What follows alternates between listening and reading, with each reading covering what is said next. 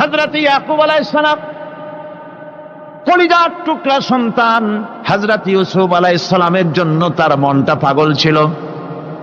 এত সুন্দর করে আল্লাহ তারে বানাইছিলেন, এত তিনি ছিলেন সৌন্দর্যের পিরামিড, যারা দেখলে চোখ ফিরানো যায় না, এমন সুন্দর সুপুরুষ যারা দেখি সেই যুগের সুন্দরী যুবতী মেয়েরা রূপের মোহে পড়ে নিজেদের আঙ্গুলগুলি কেটে ফেলে দিয়েছিল। রূপের মোহে এমন অবশ হয়ে গেছে, আঙ্গুল কেটেছে, হাত কেটেছে, টের পায় নাই। আবার ভুল বুঝবেন না, দুনিয়ার সেরা সুন্দর পুরুষ ইউসুফ আলাইহিস সালাম, তা কিন্তু রাসূলের চাইতে বেশি নয়।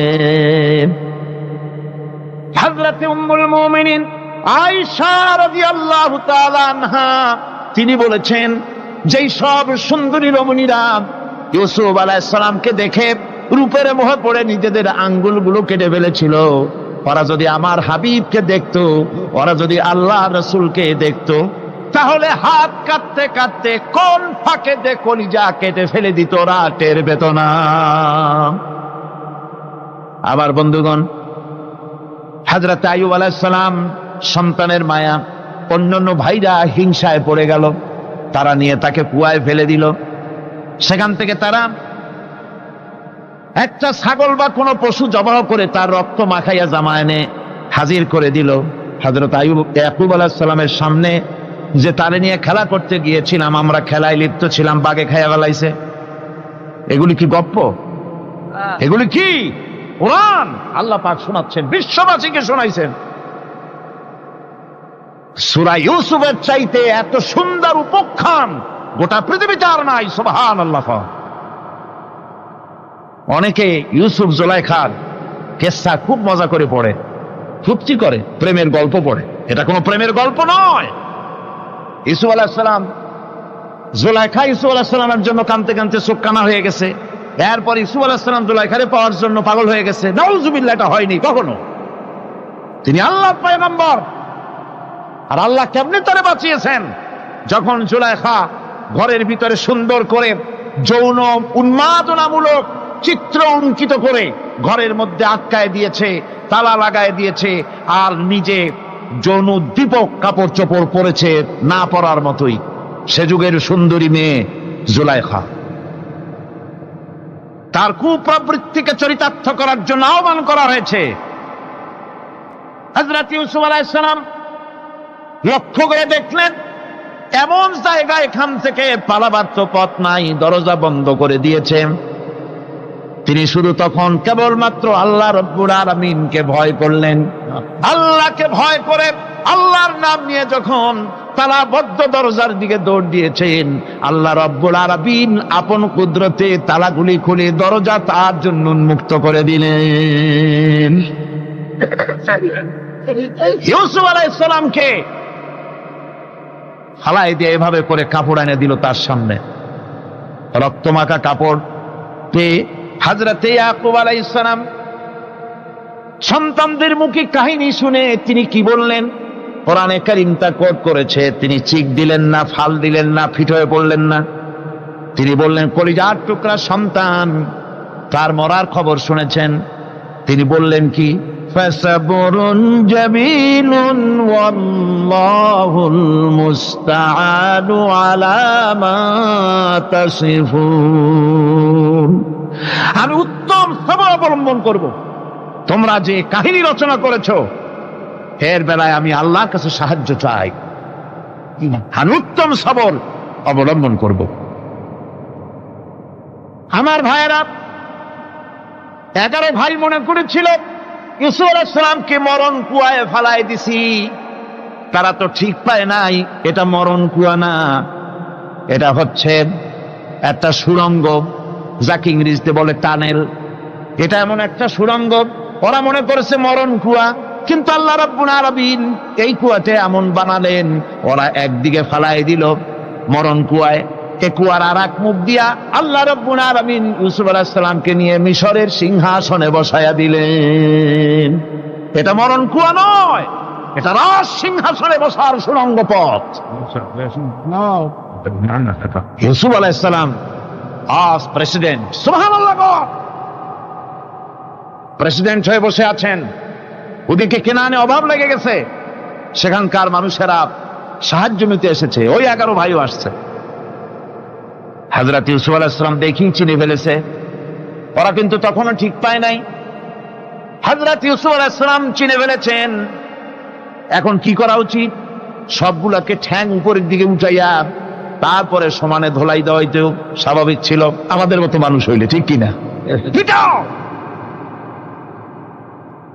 ঠিক তো বলবেনি, অভ্যাস তো এটাই। হযরত ইউসুফ আলাইহিস সালাম তাদের সামনে পরিচয় দিলেন। তারা যখন বুঝতে পারল, লজ্জায় তাদের মাথা হেট হয়ে গেল। হযরত তার এক তো লজ্জা, আর 2 নম্বরের ভয়, জান নিয়া কেনানে কেউ ফিরে যাইতে পারবো না। এখন অবস্থা হয়েছে যে জীবনই যায় নাকি এখানে।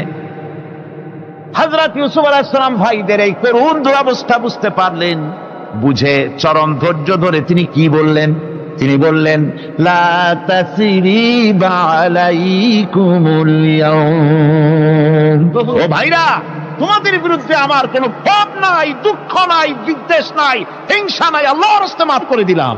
আল্লাহু আকবার, সুবহানাল্লাহ। এর নাম পয়গম্বর। এর নাম কি? পয়গম্বর। কিসের লেনিন, কিসের মার্কস? জওয়ানেরা, ভুল পথে মানুষ চলেছিল, আলহামদুলিল্লাহ আল্লাহ এগুলোরে ডাস্টবিনে ফালাই দিছে। কারণ আলহামদুলিল্লাহ, আলহামদুলিল্লাহ। পয়গম্বর কারে বলে? কারে বলে পয়গম্বর? কি চরিত্র!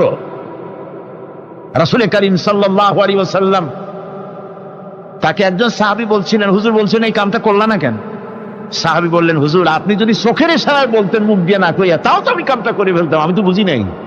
হুজুর বললেন, চোখের ঠারে ঠারে কাজ করা নবুয়তের শান নয়। আল ওয়াদুহু ওয়াস সারাহা, নবীরা যা করেন তা ডাইরেক্ট, কোনো বক্রতা নাই, স্পষ্ট কথা। আমার ভাইরা, হযরত ইউসুফ আলাইহিস সালাম বিনিয়ামিনকে কাছে নিয়ে পরিচয় দিলেন তার ভাইদের সামনে। কোরআনে কারীম বলছে, ক্বালা আনা ইউসুফ ওয়া হাদা আখি قد من الله علينا إنه من يتقي ويصبر فإن الله لا يضيع أجر المحسنين। আমি ইউসুফ, আর এই হচ্ছে আমার ভাই। আল্লাহ আমাদের উপর ইহসান করেছেন। প্রকৃতপক্ষে যারা আল্লাহকে ভয় করে এবং সবর এখতিয়ার করে, আল্লাহ এভাবে তাদেরকে, তাদের আমলকে নিষ্ফল হতে দেন না। আমার এই জামাটা নিয়ে যাও। হযরত ইয়াকুব আলাইহিস সালাম, কলিজার টুকরা সন্তান ইউসুফ আলাইহিস সালামের বিরহ যন্ত্রণায় ছেলেকে কতদিন দেখে না, কাঁদতে কাঁদতে চোখ দুটো অন্ধ হয়ে গেছে। মিশর থেকে কেনানের দিকে জামা রওনা হয়েছে। কোথায় মিশর, কোথায় কেনান? জামা যখন রওনা হয়ে গেছে, হযরত ইয়াকুব বলতেছেন, আমি যেন আমার ইউসুফের গন্ধ নাকে পেতেছি। জামা চলে এলো, চোখের উপরে রাখলেন, আল্লাহ রাব্বুল আলামিন তাকে চক্ষুষ্মান বানায়া দিলেন। ভাইরা আমার, পয়গম্বরেরা সবর করে গোটা দুনিয়ার মানুষের সামনে দৃষ্টান্ত সেট করেছেন সবরকারী হন। আমার ভাইরা, হযরত ইব্রাহিম আলাইহিস সালামের কথা আল্লাহ পাক কোরআনে কারিমে বলছেন সবরকারী কয়, দেখো শেখো সবরকারী কয়। আল্লাহ পাক বললেন, ইব্রাহিম তোমার বিবি আর তোমার নবজাতক এই সন্তানকে রেখে আসো মক্কা নগরীতে। তিনি চলে গেলেন, সেখানে ঘর নাই, বাড়ি নাই, কিচ্ছু নাই, চতুর্দিকে ধুধু বালু আর মরুভূমি। হযরতে হাজরা বলছেন, ইব্রাহিম সামান্য পানি আর খাবার দিয়া আমার সন্তান শুদ্ধ এখানে রেখে যেতেছো, আমি কি অপরাধ করেছি? কোনো জবাব নাই। 2বার 3বার বলার পরে হাজরা বলছেন, ইব্রাহিম গো, তবে কি আমার আল্লাহর হুকুম মতো আমারে রেখে যাচ্ছ নাকি? হযরত ইব্রাহিম আকাশের দিকে আঙ্গুল উঁচু করলেন। কথা বলবেন, বাক শক্তি বেরোচ্ছে না, 80 বছর বয়সের সময় একটা বাচ্চা আল্লাহ তারে দিছেন। আর এমন বাচ্চা, পয়গম্বরের ছেলে, কি সুন্দর চেহারা, মরুভূমির উপরে ফালাই দিয়ে রওনা হয়ে যাচ্ছেন, মুখ দিয়া কথা সরছে না, আকাশের দিকে দেখালেন। হযরত হাজরা বুঝতে পারলেন। হযরত হাজরা বলেন, ইব্রাহিম, কোনো চিন্তা নাই, নিশ্চিন্ত মনে বাড়ি ফিরে যাও। আমি আমার আল্লাহর উপরে এতটা ভরসা করি, আল্লাহর হুকুমে যদি আমার এখানে রেখে যেয়ে থাকো, আল্লাহ পাক আমাকে আর আমার কলিজার টুকরা ইসমাইলকে পানিতে আর খাবারে মারবেন না, অবশ্যই তিনি ব্যবস্থা করবেন। ব্যবস্থা হয়ে গেল। হযরত ইসমাইল বড় হয়ে গেলেন। আল্লাহ পাক অর্ডার করলেন, জবাহ করো ছেলেকে। হযরত ইব্রাহিম আলাইহিস সালাম যখন জবাহের প্রস্তাব করলেন, হযরত ইসমাইল তা আপত্তি করতেন, বাবাজি, আমার মায়ের আর আমাকে বাচ্চা অবস্থায় ফেলে গেলেন, খাবার দেন নাই, পড়ার দেন নাই, বছরের পর বছর আমাদের এখানে কাটলো, দেখতেও আসেন নাই, আজ আসছেন জবাহ দিতে, এটা কেমন কথা? কি ধরনের বাপ আপনি? এরকম বলছে নাকি? এরকম বলছে? হযরত ইব্রাহিম আলাইহিস সালাম প্রস্তাবটা কিভাবে পারলেন? আল্লাহ পাক কোরআনে কারিমের দৃষ্টান্ত রেখে দিয়েছেন। আল্লাহ পাক বলছেন, হযরত ইব্রাহিম ছেলেকে বললেন, ইয়া বুনাইয়া, ইয়া বুনাইয়া, হে আমার কলিজার টুকরা লাডলা, হে আমার কলিজার টুকরা সন্তান, ইন্নী আরা ফিল মানাম আন্নী আযবাহুক, আমি স্বপ্নে দেখছি আমি যেন তোমাকে জবাহ করতেছি, ফানজুর মাযা তারা, তোমার রায় কি বলো? আমি তো স্বপ্নে দেখছি যে আমি তোমার জবাহ করতেছি, এখন তোমার রায় কি, তোমার মত কি? হযরত ইসমাঈল আলাইহিস সালাম শুনিয়া দিলেন দৌড়, নাকি? না, হযরত ইসমাঈল আলাইহিস সালাম ধৈর্যের প্রতীক, তিনি কি কথা বললেন, তার মুখের কথা কোরআন শরীফে আল্লাহ পাক উঠায় দিলেন। হযরত ইসমাঈল বললেন, ইয়া আবাতি ফাআল মা তু'মারু সাতাজিদুনি ইনশাআল্লাহু মিনাস সাবিরিন, হে আমার পিতা, আপনি যে ব্যাপারে আদিষ্ট হয়েছেন আপনি তা পালন করুন, অবশ্যই আমাকে ধৈর্যধারীদের মধ্যে পাওয়া যাবেন। সুবহানাল্লাহ। এক বর্ণনা এসেছে, হযরত ইসমাঈল বললেন, আব্বাজান, আমি ধৈর্যধারীদের ভিতরে আমারে পাবেন, তবে জবাহ করার আগে আমার হাত পাটা একটু বেঁধে নেন, কারণ জবাহের যন্ত্রণায় আপনার গায়ে যদি আমার হাত পা লেগে যায় তো বেয়াদবি হয়ে যেতে পারে। আর আমি মরে আমার জবাহ হয়ে যাওয়ার পর আমার রক্ত মাখা জামাটা নিয়া আমার মা হাজেরারে দিবেন, কারণ তাকে মা বলবার মতো আর তো কেউ নাই। হযরত ইব্রাহিম তাকে বাঁধবার জন্য প্রস্তুতি নিলেন। হযরত ইসমাঈল বলছেন, আব্বাজান, বাঁধবেন না, বাঁধবার প্রয়োজন নাই। বলে, কেন? একবার বাঁধতে বললে আবার তুমি নিষেধ করছো কেন? ছেলে বলছেন, আব্বাজান, বাঁধবো না এই জন্যে, হয়তো কিয়ামতেই প্রশ্ন উঠতে পারে যে আল্লাহর হুকুমে রাজি ছিল না বলে হাত পা বাঁধা জবাহ করছে, আমি এই সুযোগ দিব না, আপনি জবাহ করেন, আমি এতটুকু নড়াচড়া করব না। ধৈর্যের চরম প্রতীক হযরতে ইসমাঈল আলাইহিস সালাম দেখাই দিয়েছেন ধৈর্য কারে কয়। আমার বন্ধুগণ, এই পৃথিবীর সবচাইতে ধৈর্যের বড় প্রতীক হতেছেন ইমামুল মুরসালিন, আশরাফুল আম্বিয়া, সাইয়্যিদুল মুরসালিন, জনাবে মুহাম্মাদুর রাসূলুল্লাহ সাল্লাল্লাহু আলাইহি ওয়াসাল্লাম। আমার বন্ধুগণ, সবচাইতে বড় ধৈর্যের প্রতীক তিনি। কাউকে একটা গালি দেন নাই জীবনে, কাউকে ঠাট্টা করেন নাই, কাউকে মারেন নাই, কারো মনে দুঃখ দেন নাই। তিনি দুঃখ পেয়েছেন, তিনি কাউকে দুঃখ দেন নাই। তিনি কষ্ট পেয়েছেন, কাউকে কষ্ট দেন নাই। আমার ভাইয়েরা, তায়েফের ময়দান, আমার নিজের চোখে তায়েফে যেদিন আমি তায়েফ দেখলাম, আমি তায়েফে ঢুকেছি, জীবনে কোনোদিন যাই নাই। রমজান মোবারকে আমি সেখানে গেলাম, আমাকে বসার জন্য তারা নিয়ে যাবে, আমি বললাম আগে বসবো না, আমারে আগে নিয়ে যাও, আমার নবীকে কোন জায়গায় ওরা মেরেছিল সেই জায়গাটা দেখাও।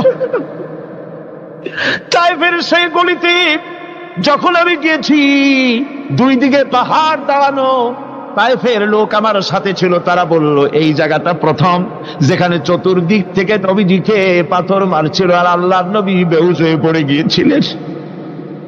3টা দিন না খাওয়া, হযরতে খাদিজা নাই, আবু তালিব নাই, মক্কায় জায়গা নাই পা রাখার। নবীজি 3টা দিন ঘুরলেন। নেতারা বলল তুমি যদি নবী ভাবে তো এতিম হলে কেন? আল্লাহ নবী বানাবার জন্য কি একটা ধনী মানুষ পায় না? তোমার মতো এতিম আর গরিবের নবী বানাইলো কেন? আল্লাহ নবী 3 দিন পর যখন দেখলেন কেউ দাওয়াত শোনে না, কেউ মানে না, কেউ গ্রহণ করে না, তখন তিনি নেতাদের অনুরোধ করলেন ঠিক আছে দাওয়াত তো কবুল করলে না, তবে একটা কাজ করো, অন্তত আমি যে তায়েফে আসছিলাম এই খবরটা মক্কায় দিও না, ওরা আরো অত্যাচার বাড়ায় দেবে। এই কাফিরগুলি খবর তো মক্কায় পাঠালো আর সমস্ত যুবকদেরকে লেলিয়ে দিল। যুবকেরা চতুর্দিকে দাঁড়াইছে, রাসূলকে পাথর মারা শুরু করে দিল। আমি যখন রেল লাইনের থেকে হাঁটি, যখন রেল লাইন কোনো সময় দেখি, রেলের পাথরগুলি, রেল লাইনের পাথরগুলি দেখলেই আমার মাথায় যেন কেন তায়েফের কথা মনে এসে যায়। আরে মানুষের গায়ে পাথর মারলে কি অবস্থার সৃষ্টি হয়? পাথর নূরের শরীর, রহমতের শরীর, কিটি কিটি রক্ত ঝরছে। নবীজিকে জোর করে উঠাইয়া জবরদস্তি করে হাঁটার জন্য তারা ধাক্কা মারতেছে। আবার কিছুদিন গিয়ে নবীজি আবার বেহুশ হয়ে পড়েছেন, এইখান থেকে আবার উঠাইছে, আবার ধাক্কা মারতেছে। 3 নম্বরের আর একটা জায়গা আছে যেখানে ভাঙ্গা একটা মসজিদ। তায়েফের লোকেরা আমাকে বলল এই জায়গাটা হলো শেষ জায়গা যেখানে রাসূল করিম 3য়বারের মতো বেহুশ হয়েছিলেন, এখানেই হুজুরের রক্ত ঝরেছে বেশি। 2 রাকাত নামাজ পড়লাম, সিজদায় পড়ে এমন কান্না কাঁদলাম আল্লাহর কাছে। নবীজি যখন হুঁশ এসেছে, হযরতে জিবরাইল বলেন ইয়া রাসূলুল্লাহ, আপনার এই কষ্ট দেখে ফেরেশতারা কাঁদতেছে, আপনি অনুমতি দিয়ে দেন এই 2 পাহাড়কে মিলাইয়া সমস্ত তায়েফবাসী কাফেরগুলি মাটির সাথে মিশাইয়া দেই। নবীজি বললেন জিবরাইল, আমি যদি হুকুম করি আর আমার হুকুম মতো যদি এই কাম করো, একটা কাফেরও যদি না বাঁচে তাহলে কার মুখে পৌঁছাবো লা ইলাহা ইল্লাল্লাহু মুহাম্মাদুর রাসূলুল্লাহ। আমার ভাইরা, হুজুর সাল্লাল্লাহু আলাইহি ওয়াসাল্লাম উঠে বসলেন। এমন সময় হযরতে যায়েদ শরীরের রক্তগুলি মুছে দিতেছেন। হুজুর সাল্লাল্লাহু আলাইহি ওয়াসাল্লাম বসে 2খানা হাত উত্তোলন করলেন। নবীজির চোখ থেকে পানি গড়ায় পড়তেছে। আরে কেউ নাই, আল্লাহ ছাড়া কেউ নাই সাহায্য করার। নবীজি হাত তুলে মোনাজাত করতেছেন, চোখ দিয়া পানি পড়ে দাড়ি ভিজে পড়তেছে, গায়ে দিয়া রক্ত ঝরতেছে। নবীজি কি দোয়াটা করলেন? বদদোয়া করলেন না, গজব দিতে বললেন না। নবীজি দোয়া করলেন রব্বুল আলামিন, এই তায়েফের লোকেরা আজকে আমার সাথে যে ব্যবহারটা করেছে, ওরা বোঝে নাই যে আমি তোমার নবী, ওরা বোঝে নাই যে আমি তোমার রাসূল, না বুঝে আমার উপরে যে অত্যাচারটা করলো, আল্লাহ তুমি এই জন্য রাগ করে এই তায়েফে তুমি গজব দিও না। আল্লাহ পাক পরবর্তী সময় হুজুরকে স্মরণ করাই দিলেন, ওয়া মা আরসালনাকা ইল্লা রাহমাতাল লিল আলামিন। ও নবী, আপনি হচ্ছেন আমার সমস্ত সৃষ্টি জগতের জন্য, আপনি আমার রহমত, আমার গোটা বিশ্বের জন্য আপনার, আমার সৃষ্টি জগতের জন্য আপনি আমার করুণা। একটা লোক রাসূলের এই কষ্ট দেখে বাগান থেকে 1 গ্লাস আঙ্গুরের শরবত এনে হাজির করেছে। এত কষ্টের পর 3 দিনের না খাওয়া আঙ্গুরের একটা শরবত পাইয়া হুজুর খুব খুশি হলেন। শরবত গ্লাস পান করে হুজুর বলছেন, তোমার নাম না আত্তাস?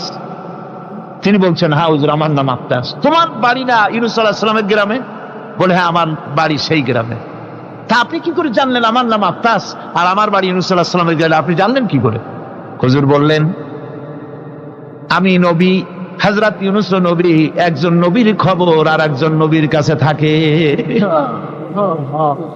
রাসূল করিম সাল্লাল্লাহু আলাইহি ওয়াসাল্লাম সবর ইখতিয়ার করেছিলেন, ধৈর্য অবলম্বন করেছিলেন। আর আল্লাহ পাক তাকে নির্দেশ করেছেন সবর করো। ওয়াত্তাবি' মা ইউহা ইলাইকা ওয়াসবির হাত্তা ইয়াহকুমাল্লাহ। তুমি কেবল সেই জিনিসের অনুসরণ করো যা আমি তোমার প্রতি অবতীর্ণ করেছি। আমি আপনার উপরে যেটা অবতীর্ণ করেছি ওটা অনুসরণ করুন, আর সবর ইখতিয়ার করুন যতক্ষণ না আল্লাহর পক্ষ থেকে চূড়ান্ত ফয়সালা না আসে। ধৈর্য ধরুন, ধৈর্য ধরুন। আমার ভাইরা, কাফেরদের নির্যাতনের মোকাবেলায় আল্লাহ পাক তার হাবিবকে সান্ত্বনা দিয়েছেন। যখন কাফেররা নির্যাতন করতেছে, হারে হযরতে বেলাল নির্যাতিত, হযরতে সুমাইয়া নির্যাতিতা, হযরতে খাব্বাব, হযরতে খুবাইব, হযরতে আম্মার রিদওয়ানুল্লাহ তাআলা আলাইহিম আজমাইন, এত মার হতেছে। হযরতে ওমর হযরতে খাব্বাব রাদিয়াল্লাহু তাআলা আনহুকে খোলা গায়ে দেখে বলছিলেন, খাব্বাব রে, তোমার পিঠে এত গর্ত কেন? এত গর্তওয়ালা পিঠ তো আমি মানুষের দেখি নাই, এত চিকুন কোমরওয়ালা মানুষও তো দেখি নাই। তিনি বলেছেন, ওমর তুমি কি ভুলে গেছো? ইসলাম কবুল করার অপরাধী কাফির বেঈমানেরা আগুন জ্বালায়া আংটা আগুনের উপরে আমাকে চিৎ করে শোয়াছে। আমি যেন নড়াচড়া করতে না পারি সেজন্য আমার বুকের উপরে পাথর চাপা দিয়ে রেখেছিল। গায়ের চর্বি আর রক্ত গলে গলে পড়ে আগুন নিবেছে, আর আগুন গোশত পুড়ে যে পিঠের মধ্যে প্রবেশ করেছিল আজও পর্যন্ত পিঠের সেই গর্ত সেরে যায় নাই। এভাবে অত্যাচার হচ্ছিল সাহাবীদের উপর। আল্লাহ রাব্বুল আলামিন তার হাবিবকে সান্ত্বনা দিলেন, ওয়াসবির ওয়া মা সাবরুকা ইল্লা বিল্লাহি ওয়া লা তাহজান আলাইহিম ওয়া লা তাকু ফি যায়কিম মিম্মা ইয়ামকুরুন। হে রাসূল, সবরের সাথে কাজ করতে থাকুন। আপনার এই সবরের তৌফিক তো আল্লাহই দিয়েছেন, আর ওদের সমস্ত ষড়যন্ত্র, ওদের অপকৌশলে আপনি দুঃখিত হবেন না, চিন্তা করবেন না, ভারাক্রান্ত হবেন না। আপনি নিশ্চিত থাকুন। ওয়াসবির লিহুকমি রাব্বিকা ফাইন্নাকা বিআয়ুনিনা। হে নবী, আপনার রবের চূড়ান্ত ফয়সালা আসা পর্যন্ত ধৈর্য ধারণ করুন। আপনি তো আমার চোখের সামনে। সুবহানাল্লাহ, সুবহানাল্লাহ। আপনি আমার চোখের সামনে, কে আপনাকে কি করবে আমি দেখবো না? সুবহানাল্লাহ। মন্ত্রী যদি, এই সলিমুদ্দিন মার্কা মন্ত্রী যত আছে, এই মন্ত্রীরা যদি দেখাতে ভয় কিসে? আমি তোকে দেখছি না? সাহসটা কেমন বাড়ে, কেমন বাড়ে সাহস। আরে কোনো মন্ত্রী ছাতা মাতা না, কোন প্রেসিডেন্ট রাজা বাদশা না, আকাশ আর জমিনের মালিক আমার আল্লাহ রাব্বুল আলামিন বলছেন, হাবিব কোনো চিন্তা নাই, আপনি আমার চোখের সামনে।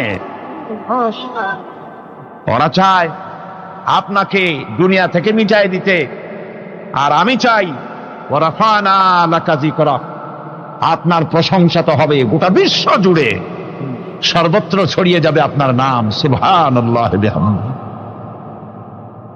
আল্লাহ পাক অন্যত্র বলেছেন, ওয়ালাকাদ কুযযিবাত রুসুলুম মিন ক্বাবলিকা ফাসাবারু আলা মা কুযযিবু ওয়া উযু হাত্তা আতাহুম নাসরুনা। হে মুহাম্মদ সাল্লাল্লাহু আলাইহি ওয়াসাল্লাম, আপনার পূর্বে অসংখ্য নবী রাসূল এই পৃথিবীতে আসছে এবং জুলুম আর নির্যাতনের শিকার তারা হয়েছেন। অবশেষে তাদের প্রতি আল্লাহর সাহায্য এসেছে। সুতরাং আপনাকেও ধৈর্য ধারণ করতে হবে। ধৈর্য ছাড়া কোনো পথ নাই, ধৈর্য আপনাকে ধারণ করতেই হবে। আর এই ধৈর্য ধারণ করলে পরে আল্লাহর চূড়ান্ত ফয়সালা আসবে, তখন আল্লাহ পাক মেহেরবানি করবেন। আমার ভাইরা, এই ধৈর্য পৃথিবীর সমস্ত পয়গম্বররা ধৈর্য অবলম্বন করেছেন, কখনো অধৈর্য হন নাই। দিন কায়েমের সংগ্রামে নবী রাসূলগণ দারুণ ভাবে সবর ইখতিয়ার করেছেন। বৃদ্ধবাদীদের সকল রকমের নির্যাতন, অপকৌশল, ষড়যন্ত্র, এই সব কিছু মোকাবেলা করেছেন ধৈর্যের নীতি অবলম্বন করি। কখনো ধৈর্যচ্যুতি তাদের মধ্যে ঘটেনি, বরং আল্লাহ রাব্বুল আলামিন তাদের প্রতি সন্তুষ্ট হয়েছেন যারা এই ধৈর্য ধরেছে। তাদের উপরে সন্তুষ্ট হয়ে আল্লাহ রাব্বুল আলামিন বলেছেন, ওয়া কাআইয়্যিম মিন নাবিয়্যিন কাতালা মাআহু রিব্বিয়ুনা কাসীর। এর আগে অনেক নবী এসেছিলেন যাদের সাথে বহু আল্লাহওয়ালা লোক লড়াই করেছেন। فما وهنوا لما أصابهم في سبيل الله وما ضعفوا وما استكانوا। আল্লাহর পথে তাদের উপর যত বিপদ এসেছিল তারা হতাশ হয়ে পড়েন নাই, দুর্বলতা দেখাননি, বাতিলের সামনে মাথাও নত করেন। ওয়াল্লাহু ইউহিব্বুস সাবিরিন। আর আল্লাহ পাক ধৈর্যশীল যারা তাদেরকে আল্লাহ পাক ভালোবাসেন।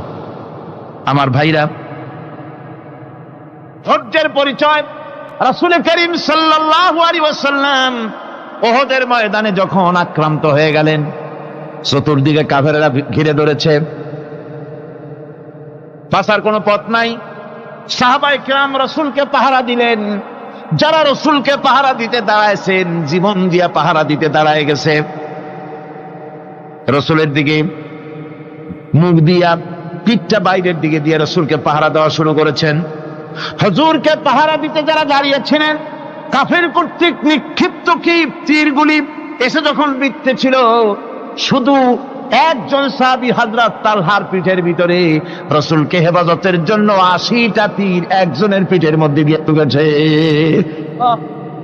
এক অসতর্ক মুহূর্তে নবীজির দান্দান মোবারক শহীদ হয়ে গেল, শিরস্থান ভেঙে গেল, লোহার কড়া প্রবিষ্ট হয়ে গেল কপালের ভিতরে। হুজুর মাথা ঘুরে পড়ে গেলেন। হযরত আবু উবাইদা রাদিয়াল্লাহু তাআলা আনহু হুজুরের মস্তক মোবারককে কোলে করে নিয়ে তারপরে বহু কষ্ট করে মাথা থেকে লোহার কড়া বের করলেন। এবার ওই কড়ার ছিদ্র দিয়ে রক্ত আসতেছে, মুখ দিয়ে রক্ত পড়তেছে, দাড়ি ভিজে যাচ্ছে। বুখারী শরীফে এসেছে, আল্লাহর নবী দুইখানা হাত নিজের চেহারার উপরে মলে আনে টাটকা রক্ত চোখের সামনে দেখে বলছেন, আহারে, এই কওমের ফালাত কি করে হবে, এই কওমের মুক্তি কি করে হবে, এই কওমের নাজাত কি করে হবে, যে কওম তার নবীর চেহারা রক্ত দিয়ে লাল বানাইয়া দিল। নবীজি বললেন, আল্লাহুম্মা গফিরলি কওমি ফাইন্নাহুম লা ইয়ালামুন। আয় আল্লাহ পাক, আমার এই কওম বুঝতে পারে না, ওদেরকে মাফ করে দাও। খবর ছড়িয়ে গেল নবীজি শহীদ হয়ে গিয়েছেন। খবর ছড়িয়ে গেল চতুর্দিকে, মদিনায় খবর ছড়িয়ে গেল। মানুষ পাগলের মতো দৌড়ানো শুরু করে দিল। এক মেয়ে লোক দৌড়াচ্ছে উহুদের দিকে। কয়েকজন সাহাবীর সঙ্গে দেখা, তারা জিজ্ঞেস করলেন, দৌড়াও কেন? মহিলা, যাও কই? কয়, উহুদের দিকে যেতেছি। কয়, যায় তো কোনো লাভ নাই, যেহেতু তোমার যে স্বামী এসেছিলেন জিহাদের ময়দানে তিনি তো শহীদ হয়ে গেছেন। মহিলা বলতেছে, কে শহীদ হয়েছে শুনতে চাই না, আগে বলো নবীজি কেমন আছে। আবার কিছুক্ষণ পর আর কয়েকজনের সঙ্গে দেখা, তারা বলছে, মেয়ে লোক দৌড়াও কই? যাচ্ছি উহুদের দিকে। তারা বলছেন যে কোনো লাভ নাই, তোমার যে দুইটা কলিজার টুকরা সন্তান উহুদে এসেছিল দুটোই শহীদ হয়ে গেছে। মা বলতেছে, ও সাহাবী, কে শহীদ হয়েছে শুনতে চাই না, তাড়াতাড়ি করে বলো আল্লাহর নবী মুহাম্মদ রাসূলুল্লাহ সাল্লাল্লাহু আলাইহি ওয়াসাল্লাম কেমন আছেন। দৌড়াতে দৌড়াতে উহুদের মাঠে সাহাবায়ে কেরাম পরিবেষ্টিত। আল্লাহর নবীর কাছে গিয়ে হুজুরের জীবিত চেহারা মোবারকের দিকে তাকায়া মেয়ে লোকটি কাঁদতেছে আর বলতেছে, ইয়া রাসূলুল্লাহ, আমার স্বামী মরা শোক, আমার কলিজার টুকরা দুইটা সন্তান মরা শোক আমার কলিজা থেকে মুছে গেছে, আপনি বেঁচে আছেন, তামাম মুসলমানদের এর চাইতে বড় সান্ত্বনা আর নাই। ভাইরা আমার, রাসূল করিম সাল্লাল্লাহু আলাইহি ওয়াসাল্লাম এভাবে করে ধৈর্যের পরিচয় দিয়েছেন। গালাগালি দেন নাই, রাগ করেন নাই, বদদোয়া করেন নাই। সুবহানাল্লাহ কোন, সুবহানাল্লাহ।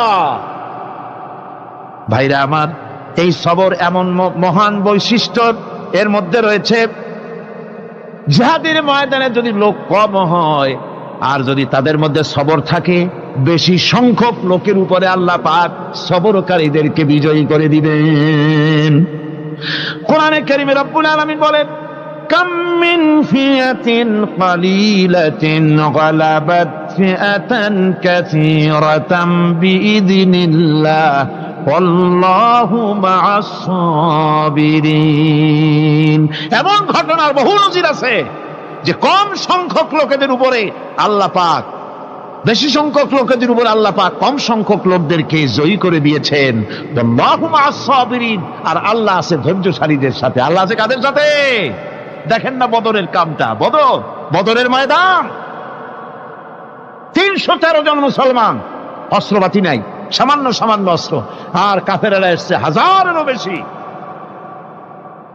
আমার বন্ধুগণ, ধৈর্যে কত বড় কাম দিল! ধৈর্য ধারণ করেছেন তারা, আল্লাহর উপরে ভরসা করেছেন। আল্লাহ রাব্বুল আলামিন অস্ত্রের কাজ কি দিয়া করায় দিলেন। একজন সাহাবী এসে বলছেন, হুজুর, জিহাদের ময়দান, ইসলামের প্রথম জিহাদ, আমার কাছে তো অস্ত্র নাই, মেহেরবানি করে একটা অস্ত্র আমারে দেন, আমি লাফায় পড়ি জিহাদের মধ্যে। হুজুর বলেন, অস্ত্র তো আমার কাছে নাই, দিবটা কি? সাহাবী বলছেন, হুজুর, অস্ত্র না থাকে যা পারেন তাই দেন, আপনার হাত দিয়ে যা দিবেন আমি দাঁড়ায় থাকতে পারবো না, জিহাদে আমাকে শরীক হতেই হবে। নবীজি কাছে পেলেন একখানা শুকনা খেজুরের ডালখানা তুলে সাহাবীর হাতে তুলে দিলেন। সাহাবী বলেন, রাসূলের হাতের দেওয়া শুকনা খেজুরের ডালটা নিয়ে আমি যখন কাফেরদের ভিড়ের মধ্যে ঝাঁপায় পড়ে যখন শুকনা খেজুরের ডাল দিয়ে আঘাত দিলাম, তখন ধারালো তরবারে দিয়ে আঘাত করলে যে কাম হয়, শুকনা খেজুরের ডালের আঘাতে কাফের দ্বিখণ্ডিত হয়ে জমিনে পড়ে গেল। ভাইরা আমার, আল্লাহ রাব্বুল আলামিন সবর যারা করে, সংখ্যায় যদি কম হয়, আল্লাহ পাক তাদেরকে বিজয়ী করে দেবেন, এই ওয়াদা আল্লাহ রাব্বুল আলামিন করেছেন। এই সবরের গুণ ছাড়া জান্নাতেও প্রবেশ করা যাবে না। সবর যদি না থাকে বেহেশতে যাওয়া যাবে না। ভালো করে মনে রাখেন, আল্লাহ পাক বলছেন, আম্মা হাসিবতুম আন তাদখুলুল জান্নাতা ওয়া লাম্মা ইয়া'লামিল্লাহুল্লাযীনা জাহাদু মিনকুম ওয়া ইয়া'লামাস সাবিরিন। তোমরা কি মনে করেছো এমনি বেহেশতে চলে যাবা? এটা কি মামু বাড়ির আবদার নাকি? এমনি বেহেশতে চলে যাবা? অথচ আল্লাহ রাব্বুল আলামিন এখনো দেখেন নেননি যে তোমাদের মধ্যে কারা জিহাদ করতে প্রস্তুত, কারা তোমাদের মধ্যে জিহাদ করে জান দেওয়ার জন্য প্রস্তুত, আর কারা ধৈর্যধারী, এটা তো আল্লাহ এখনো দেখে নেন নাই। সুতরাং হক এবং বাতিলের সংগ্রামে লিপ্ত হতে হবে। আল্লাহ দেখতে চান কারা জীবন দিতে চায়। সুতরাং ইসলামী আন্দোলনে যারা শরীক হবে, তাদের বিপদ এবং মুসিবত দিয়ে আল্লাহ রাব্বুল আলামিন তাদের সাহসিকতা এবং ধৈর্যের পরীক্ষা নিবেন। কোরআনে কারীম বলছেন, ওয়ালানাবলুয়ান্নাকুম হাত্তা না'লামাল মুজাহিদিনা মিনকুম ওয়াস-সাবিরিনা ওয়া নাবলুয়া আখবারাকুম। অবশ্যই আমি তোমাদেরকে পরীক্ষার সম্মুখীন করব, আর তোমাদের মধ্যে সত্যিকার মুজাহিদ, দৃঢ়তা অবলম্বনকারী কারা, আমি তা দেখব। এটা যেন আমি দেখে নিতে পারি, সেই জন্য আমি বিপদ এবং মুসিবতের মধ্যে তোমাদের ফেলবো। ধৈর্যধারীদের উপরে আমার রহমত অবশ্যই থাকবে। খবর এমন এক সম্পদ যা ধারণ করলে পরে আল্লাহ রাব্বুল আলামিন রাষ্ট্রীয় ক্ষমতা দান করে দেন। কোন সুবহানাল্লাহ, জোরে কোন সুবহানাল্লাহ। ধৈর্য ধারণ করলে আল্লাহ রাষ্ট্রের মতো বিরাট নিয়ামত আল্লাহ হাতে তুলে দিবেন। তার প্রমাণ কোরআন শরীফ আল্লাহ বলছেন, বনি ইসরাইলরা মিশর থেকে যখন বহিষ্কার হয়ে গেল, তাদের যখন পা রাখার কোনো জায়গা থাকলো না, বনি ইসরাইলরা মিশর থেকে যখন বহিষ্কার হয়ে গেল, এরপরে আল্লাহ পাক তারা যখন ধৈর্য অবলম্বন করলো, আল্লাহ পাক তাদের ব্যাপারে বলছেন, ওয়া আওরাসনাল কওমাল্লাযীনা কানু ইউসতাদআফুনা মাশারিকাল আরদি ওয়া মাগারিবা আল্লাতী বারাকনা ফিহা। আর তাদের স্থলে আমি নির্যাতিত লোকদেরকে প্রতিষ্ঠিত করলাম। পশ্চিম এবং উত্তরের তাদেরকে আমি পশ্চিম এবং পূর্বের উত্তরাধিকারী তাদেরকে বানায় দিলাম। বিরাট এলাকা তাদের হাতে আমি তুলে দিলাম। ওয়া তাম্মাত কালিমাতু রাব্বিকাল হুসনা আলা বানি ইসরাঈলা বিমা সাবারু। আর এভাবে করে আল্লাহ পাক তার কথাকে পূর্ণ করলেন বনি ইসরায়েলদের উপরে সবর এখতিয়ার করার জন্য, ধৈর্য ধরার কারণে আল্লাহ পাক রাষ্ট্রের মালিক তাদের বানাই দিলেন। যেরকম সুবহানাল্লাহ। সবর যদি করা হয় তো যুদ্ধ যদি বাদে, যদি জাহাজ শুরু হয়ে যায়, আল্লাহ পাক বলেছেন ফেরেশতা দিয়ে সাহায্য করবে। যদি সবর থাকে তোমাদের, সবর থাকলে আল্লাহ কি দিয়ে সাহায্য করবেন? ফেরেশতা। কোরআনে কারীম বলছে বালা ইন তাসবিরু ওয়া তাত্তাকু ওয়া ইয়াতুকুম মিন ফাওরিহিম হাদা ইউমদিদুকুম রাব্বুকুম বিখামসাতি আলাফিন মিনাল মালাইকাতি মুসাউমিন। হ্যাঁ, তোমরা যদি ধৈর্য অবলম্বন করো আর আল্লাহকে ভয় করে চলো, তাহলে এক্ষুনি আল্লাহ রাব্বুল আলামিন তোমাদের জন্য কাতারে কাতারে শৃঙ্খলাবদ্ধ 10,000 ফেরেশতা দিয়ে তোমাদেরকে সাহায্য করবেন। সুবহানাল্লাহ। তোমাদেরকে ফেরেশতা দিয়ে সাহায্য করা হবে। তোমরা যদি সবর এখতিয়ার করো, তাহলে সংখ্যা যদি কম হও, বেশি সংখ্যার উপরে জয়ী করে দেব। ইয়াকুম মিনকুম 20 সাবিরুনা ইয়াগলিবু মিয়াতাইন। যদি তোমাদের ভিতরে ধৈর্যশীল 20 জন হয়, আমি 200 কাফেরের বিরুদ্ধে তোমাদেরকে জয়ী করে দেব। সুবহানাল্লাহ। তোমরা যদি হও ধৈর্যশীল 200, কি কয় 20 জন, 200 কাফেরের উপরে তোমরা জয়যুক্ত হয়ে যাবে। আর বিপদ আর মুসিবতে যারা ধৈর্য ধরে তাদের জন্য আল্লাহর পক্ষ থেকে সুসংবাদ। সুসংবাদ কাদের জন্য? ধৈর্যধারীদের জন্য।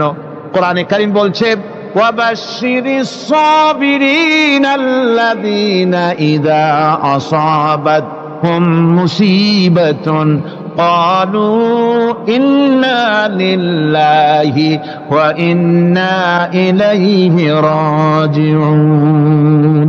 সুসংবাদ সেই সব ধৈর্যশালীদের জন্য যারা নাকি বিপদ এবং মুসিবতে আসলে যারা বলে, কি বলে? পড়েন আমার সাথে, ইন্না লিল্লাহি ওয়া ইন্না ইলাইহি রাজিউন। এটা শুধু আমাদের লোকেরা কেউ মরলে পড়ে, এটা শুধু মরার সময় নয়, বরং যে কোনো বিপদ আর মুসিবত এলে মুমিন বান্দা যারা, তারা কি পড়বে? ইন্না লিল্লাহি ওয়া ইন্না ইলাইহি রাজিউন। নিশ্চয়ই নিশ্চয়ই আমরা আল্লাহর জন্য এবং আমাদের সকলকেই আল্লাহর কাছে ফিরে যেতে হবে, প্রত্যাবর্তিত হতে হবে। সবরকারীদের জন্য রয়েছে জান্নাতের সুউচ্চ সম্মানের জায়গা। জান্নাতে সবচেয়ে সম্মানজনক জায়গা আল্লাহ রাব্বুল আলামিন ধৈর্যশালীদেরকে দান করবেন। কোরআনে কারীম বলছে উলাইকা ইউজসাউনাল গুরফাতা বিমা সাবারু ওয়া ইউলাক্কাউনা ফিহা তাহিয়াতাও ওয়া সালামা। এরা হলো সেই সব লোক যাদেরকে প্রদান করা হবে বেহেশতের সুউচ্চ মঞ্জিল, কারণ তারা সবর এখতিয়ার করেছিল, তারা সবর করছিল, এই জন্য বেহেশতের সবচাইতে ভালো জায়গা তাদের দেওয়া হবে। কোন আলহামদুলিল্লাহ, জোরে কোন আলহামদুলিল্লাহ। এবং জান্নাতে সবরকারীদেরকে সম্বর্ধনা দেওয়া হবে, সম্বর্ধনা দেওয়া হবে। খালিদিনা ফিহা হাসনাত মুস্তাকাররাও ওয়া মুকামা। চিরদিন তারা জান্নাতের ভেতরে বসবাস করবে এবং কতই না সুন্দর, কতই না উত্তম জায়গা সবরকারীদের জন্য আল্লাহ বেহেশতের মধ্যে রেখে যাবেন। জান্নাতে প্রবেশ করার সাথে সাথে চতুর্দিক থেকে ফেরেশতারা ছুটে আসবে সবরকারীদের জন্য। ওয়াল মালাইকাতু ইয়াদখুলুনা আলাইহিম মিন কুল্লি বাব। চতুর্দিক থেকে ফেরেশতারা তাদেরকে ইস্তেকবাল করবে, কি বলবে? সালামুন আলাইকুম বিমা সাবারতুম ফানি'মা উকবাদ-দার। তোমাদের প্রতি শান্তি বর্ষিত হোক, কারণ তোমরা পৃথিবীতে সবর অবলম্বন করেছিল। কতই না উত্তম জায়গা, কতই না সুন্দর জায়গা আল্লাহ রাব্বুল আলামিন সবরের বিনিময় তোমাদেরকে দান করেছেন। সুতরাং এই সবর হচ্ছে মুসলমানদের জন্য সবচেয়ে বড় নিয়ামত। আজ আমার তো মনে হয় পৃথিবীতে মুসলমানরাই সবচেয়ে বেসবর। ট্রেনে যাবে, বসা নিয়ে বেসবর, টিকিট নিয়ে বেসবর, বাসের মধ্যে বেসবর, বাজারে যাবে বেসবর, স্কুলে যাবে বেসবর, যেখানে যান সব জায়গায় আমরা বেশি অধৈর্য, ঠিক কিনা কর? সামান্য সামান্য জিনিস নিয়ে ঝগড়া করা, মারামারি করা, এই হচ্ছে আমাদের ট্র্যাডিশন। ধৈর্য অবলম্বন করতে হবে জীবনের সকল ক্ষেত্রে। এই ধৈর্য আমাদেরকে রক্ষা করতে হবে। এই ধরনের ধৈর্য যদি আমরা অবলম্বন করতে পারি, তাহলে আল্লাহ পাক বলছেন, উলাইকাল্লাযীনা সাদাকু ওয়া উলাইকা হুমুল মুত্তাকুন। এরাই হলো ঈমানের দাবিতে সত্যবাদী। কোন আলহামদুলিল্লাহ। কারা কারা? না না, শুধু সবরকারী না। এই যে 10টা পয়েন্ট বলা হলো, কয়টা পয়েন্ট বলা হয়েছে? 10টি পয়েন্ট। সেই 10টি পয়েন্ট যারা পালন করবে এরা হলো ঈমানের দাবিতে সত্যবাদী, আর এরাই হচ্ছে প্রকৃতপক্ষের মুত্তাকি। আমরা মুত্তাকি বুঝি দাঁতে ছাতা, দাড়ি টাড়ি আশ্রয় না, জাব্বা জুব্বা গায়ে দিয়ে কোনো জায়গায় পড়ে থাকে। হ্যাঁ, এটা বড় মুত্তাকি, খুব পরহেজগার। সালার চট্টর যদি পড়ে তাহলে তো আরো বড় পরহেজগার। জি, আর যদি কাপড় চোপড় মোটেও না থাকে তাহলে তো খাজা বাবা হয়ে গেল। জি, নাউযুবিল্লাহি মিন যালিক। আর আল্লাহ বলছে মুত্তাকি কারে কয় শোনো, এরে কয় মুত্তাকি যাদের মধ্যে এই 10টা গুণ আছে। এই 10টি সত্য যদি সম্পাদন করতে পারি, যদি আমল করতে পারি, জীবন ধন্য হয়ে যাবে। সেই 10টি কথা আমি আবার আপনাদের স্মরণ পটে তুলে দিতে চাই, প্যাকেট করে পকেটে উঠাই দিতে চাই, যেন বাড়ি নিয়ে যেতে পারেন। 1 নম্বর হচ্ছে 10টি পয়েন্টের 1 নম্বর আল্লাহর প্রতি ঈমান। 1 নম্বরে আল্লাহর প্রতি ঈমান, 2 নম্বরে পরকালের প্রতি ঈমান, 3 নম্বরে ফেরেশতাদের উপর ঈমান, 4র্থ নম্বরে কিতাবের প্রতি ঈমান, 5ম নম্বরে নবীদের প্রতি ঈমান, 6ষ্ঠ নম্বরে সহায় সম্বলহীন নিকটবর্তী আত্মীয়, ইয়েতিম, মিসকিন, প্রবাসী, মুসাফির, সাহায্য প্রার্থী, এদেরকে মুক্ত করার জন্য এদেরকে সাহায্য প্রদান করা, 7 নম্বরে নামাজ প্রতিষ্ঠা করা, 8 নম্বরে যাকাত আদায় করা, 9 নম্বরে ওয়াদা পালন করা, 10 নম্বরে সবর এখতিয়ার করা। কয়টা হলো? এই 10টি কাজ যদি আমরা পালন করতে পারি, বিপদে মুসিবতে ধৈর্য ধারণ করতে পারি, যত মুসিবত আসুক, আসলে এগুলি কিছু না। মুসিবত আল্লাহ টেস্ট করবেন, মুসিবত দিয়া আল্লাহ টেস্ট করেন। দেখা যায় যে ওদের শক্তি খুব বেশি, চোখে আপনি দেখতে পারেন, কিন্তু আল্লাহ বলছেন ইন্না কায়দা শায়তানে কানা দাঈফা। বাতিলরা হলো শয়তান। বাতিলরা কি? আর ওদের চক্রান্ত আসলেই দুর্বল। এদের চক্রান্ত আসলে কি? দুর্বল। কাজেই এগুলিকে ভয় করা যাবে না। বিপদে মুসিবতে ধৈর্য ধারণ করে যদি অগ্রসর হওয়া যায়, তো আল্লাহ রাব্বুল আলামিন এই 10টি পয়েন্ট যদি আমল করা যায়, দুনিয়াও শান্তি পাবো, আখিরাতেও শান্তি পাবো। যত মুসিবত আসুক, বিপদ আসুক, ধৈর্যের সাথে মোকাবেলা করতে হবে। ধৈর্যের অর্থ কি? আমি আগেই বলেছি, ধৈর্যের অর্থ হচ্ছে অবিচলতা, দৃঢ়তা, বরদাস্ত করা, সহিষ্ণুতা, ধীরতা, স্থিরতা। ধৈর্যের অর্থ এটা নয় একজন একটা থাপ্পড় মারলো আর আপনি বলবেন যে বাবা ব্যথা পাইছে নাকি, তাহলে আরো একখান থাপ্পড় দিয়া দাঁত আমার সবগুলো ভালায় না। এর নাম ধৈর্য নয়। ধৈর্য হচ্ছে পরিস্থিতির মোকাবেলা করতে হবে সাহসিকতার সাথে, এর নাম হচ্ছে ধৈর্য। ওই যে আমি একটা দৃষ্টান্ত দিয়ে থাকি, এক সাপ একবার মুরিদ হয়েছিল এক পীর সাহেবের কাছে। পীর বলছিলেন যে আমি তো এইসব সাপ টাপ মুরিদ বানাই না। কয় না হুজুর, আমারে বানান। তারপরে মুরিদ বানায় কিছু অজিফাতারে শিখাই দিল, আর বললো খবরদার কাউকে দংশন করবে না। ঠিক আছে, সে যায়া জিজ্ঞাসা শুরু করে দিয়েছে। এর মধ্যে জমিনে রাখাল আসছে, ধান কাটছে, ধানগুলো নিবি কি করে, দড়ি দড়ি পাচ্ছে না। তো কি করা যায়, বানবে কি দিয়া? সন্ধ্যার পরে অন্ধকারে দেখে যে দড়ি একটা পড়ে আছে। ও যে কি দড়ি তা তো ওরা বোঝে না।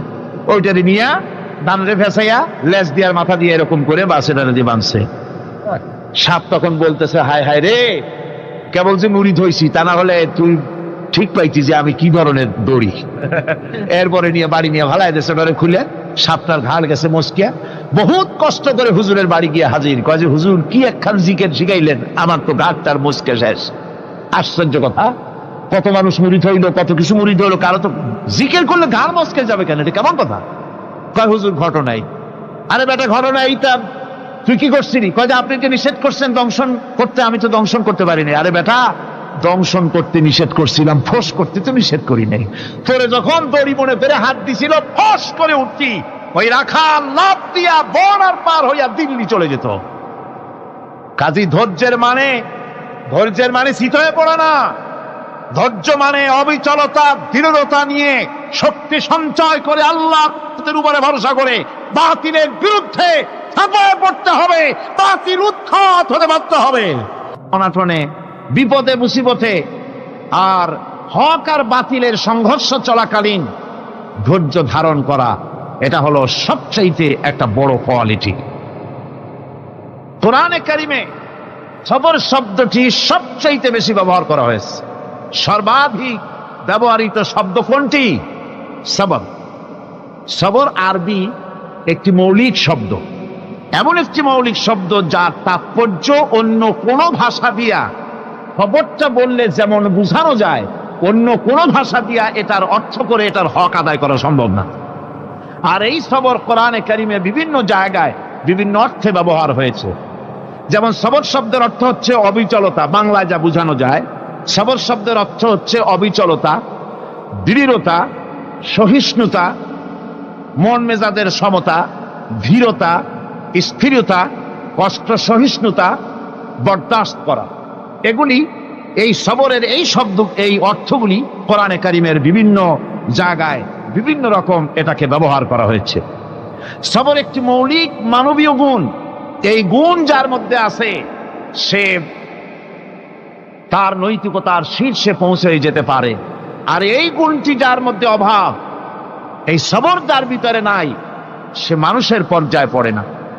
যত অসুবিধা, যত কষ্ট, যত রকমের বিপদ মুসিবত, যত রকমের অসুবিধার সৃষ্টি হয়, তার মূলীভূত কারণ হচ্ছে ধৈর্যের অভাব, সবরের অভাব।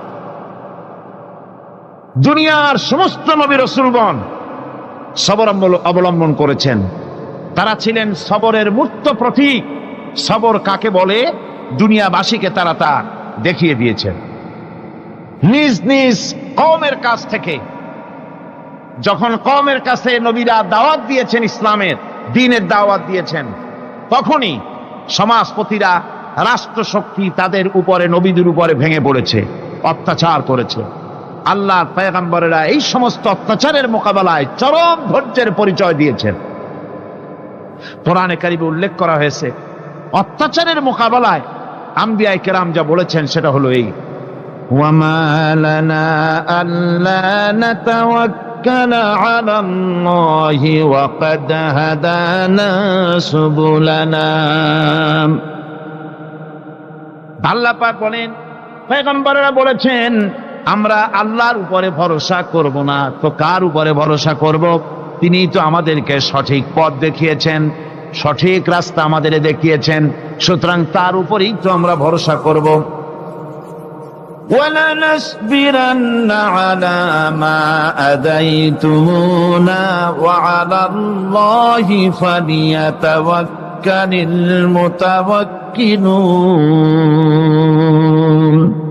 তোমরা আমাদের যে সব কষ্ট দাও, পীড়ন দাও, সেজন্য আমরা ধৈর্য অবলম্বন করব। তোমরা আমাদেরকে কষ্ট দিচ্ছ, আমরা ধৈর্য অবলম্বন করব আর ভরসা করব কেবলমাত্র তার উপরে যে আল্লাহ রাব্বুল আলামিন আমাদেরকে নবী করে পাঠিয়েছেন। সেই ভরসা করতে হলে সেই আল্লাহর উপরেই তো ভরসা করা উচিত। আমরা সেই আল্লাহর উপরে ভরসা করে আছি। তোমাদের যত খুশি আমাদের বিরুদ্ধে ষড়যন্ত্র করো, আমাদেরকে অত্যাচার করো।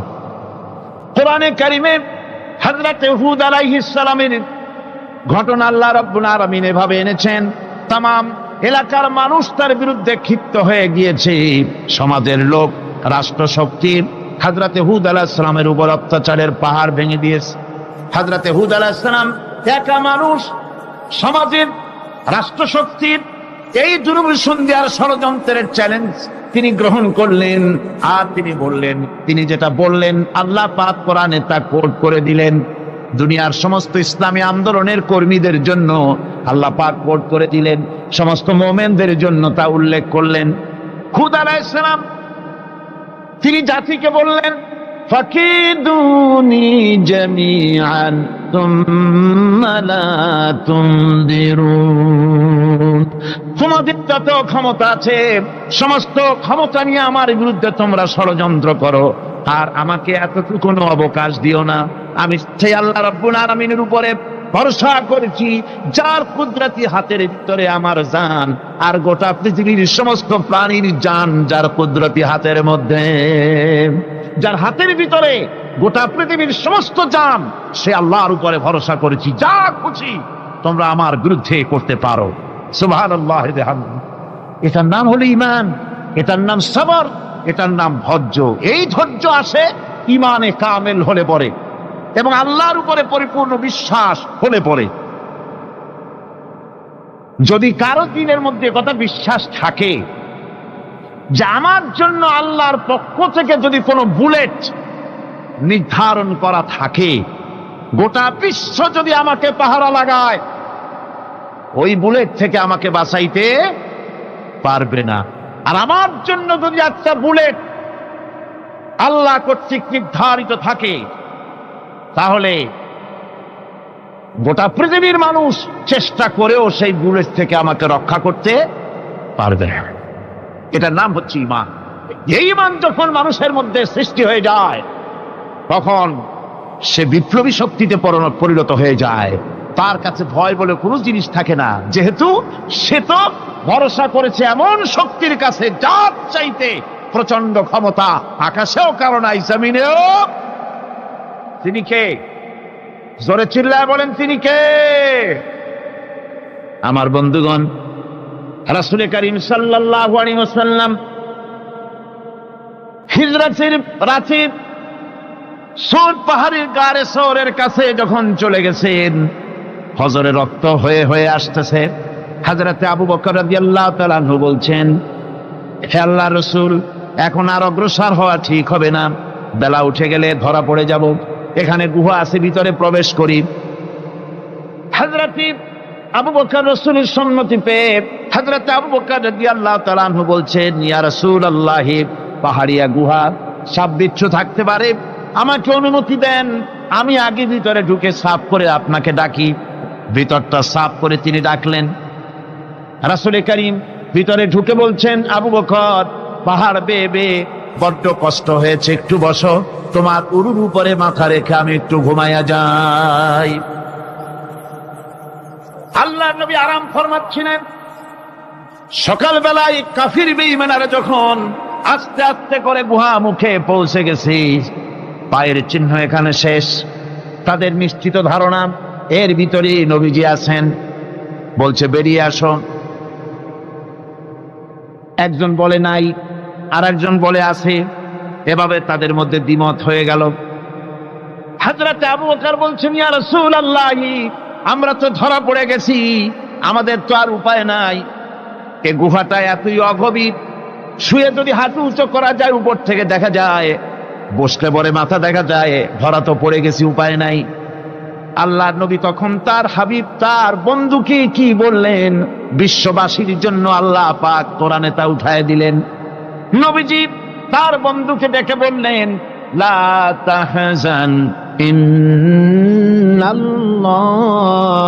মা'ানা।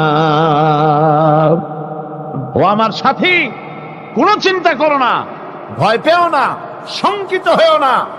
আমরা মাইনরিটি নই, আমরাই মেজরিটি, কারণ আল্লাহ রাব্বুল আলামিন আমাদের সাথে আছেন। সুবহানাল্লাহ।